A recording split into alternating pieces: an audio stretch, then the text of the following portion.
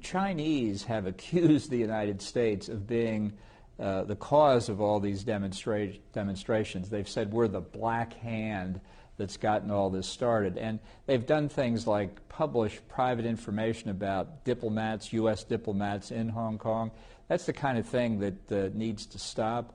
The Chinese have to look very carefully at the steps they take, because people in America remember Tiananmen Square. They remember the picture of the man standing in front of the line of tanks, the government in 1989.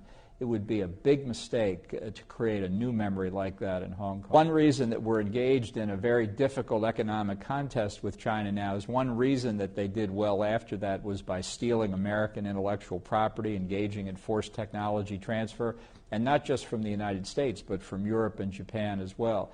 Something like 60% of the investment in mainland China goes through Hong Kong. Why?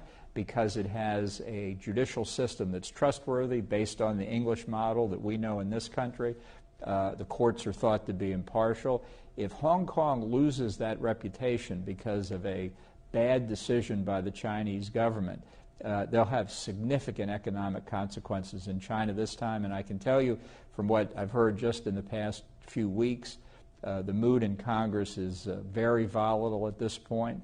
And a misstep by the Chinese government, I think, would cause an explosion on Capitol Hill. What do you think President Xi is thinking about what's going on in Hong Kong?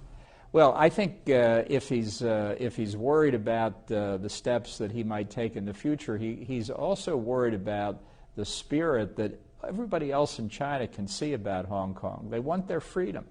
And I think what the United States expects, at a minimum, is that China will uphold the treaty agreement it made with the United Kingdom when Hong Kong was handed back to China, the commitment for one country but two systems, that for 50 years after the handover, Hong Kong would maintain its unique system and the freedoms that were left to it by the British. If that treaty is violated, that's a significant credibility problem for